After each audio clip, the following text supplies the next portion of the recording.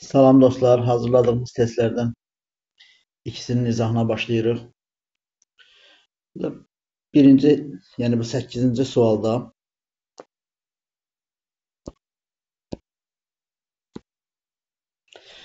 hansı sözdə iki leksik şəkilçi bir hecanın tərkibindədir?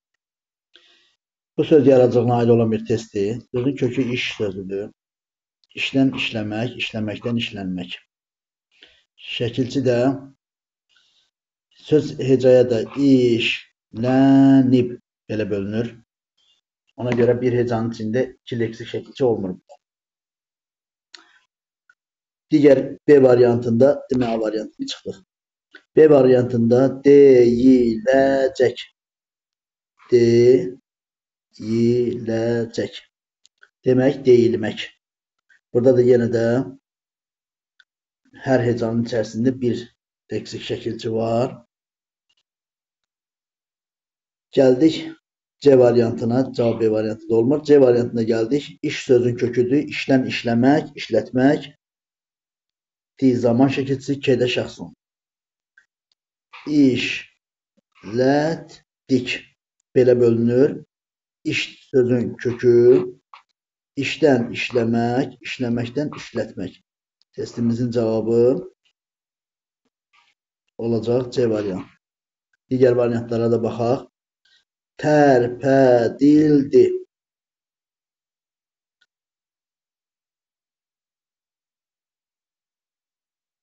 Burada tərpədildi. Tərpədildi.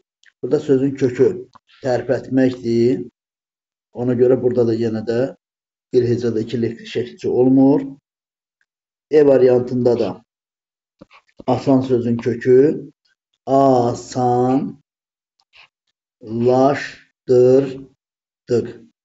Burada da yenə də bir hecada iki leksik şəkilçi olmur. Bu da laş şəkilçisidir, bir də dır şəkilçisidir ki, hansı ki fe'l düzəldən şəkilçilər. Ona görə testimizin cavabı olacaq 8-ci sualda. Demək C variantı. 10-cu sualda hansı sözdən son hecanı çıxarsaq leksik mənalı söz alınmaz? Haqqında. Haqqında. Danı çıxartsaq haqqın. Burada haqqın sözü leksik mənalı söz. Sənin haqqın. B variantında kimyəvi. Kimyəvi. Burada vi hissəsini çıxarsaq kimya sözü yoxdur dilimizdə. Burada əslində kimya sözüdür. İv şəkilçisi artırılanda bəzi sözlər var ki, onlar sifət olur, amma biz onlara düzəltmə sifət deyə bilmirik. Dünya sözündən dünyəvi, məna sözündən mənəvi, kimya sözündən kimyəvi.